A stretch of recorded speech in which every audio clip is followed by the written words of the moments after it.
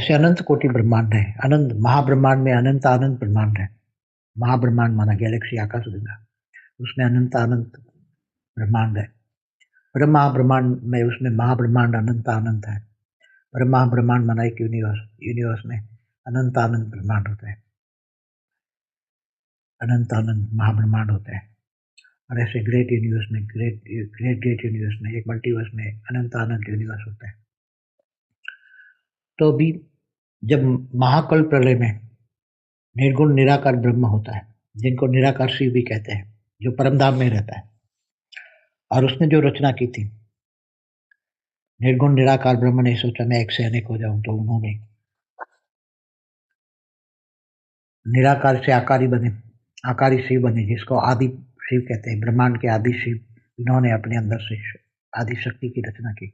आदि शिव और आदि शक्ति दोनों की आकारी रूप में शिवपुरी में रहते हैं। इन्होंने आदि शिव आदि शक्ति ने मिलकर महाविष्णु विष्णु की रचना की। विष्णु की नाभि से ब्रह्मा निकला। ब्रह्मा ने संकल्पों द्वारा 7 परम पुरुष पैदा किए, इससे 7 लोक बने। फिर धीरे धीरे परम पुरुष की शक्ति अनेकों सर्जन करते गए, अनेकों आत्मा बनाते गए, और सर्जन करते गए, आत्माओं की पावर डाउन होती गई। वो 7 परम पुरुष भी अनेकों में सर्जन होते गए। तो धीरे धीरे वो 3 तत्वों में, परम तत्वों की दुनिया थी, उसमें 3 तत्वों में आए, और 3 तत्वों से फिर धीरे धीरे मृत्यु लोक बना, फिर नीचे 7 पाताल लोक बना। ऐसे ब्रह्मांड बनता गया, बनता गया, बनता गया। तो महाकल्प प्रलय में जो ब्रह्मांड के आदि शिव और आदि शक्ति निर्गुण निराकार में समा जाते हैं, और वो निर्गुण निराकार सूर्य में प्रवेश करके काल अग्नि पैदा करके पूरे ब्रह्मांड को जलाकर भस्म कर देता है।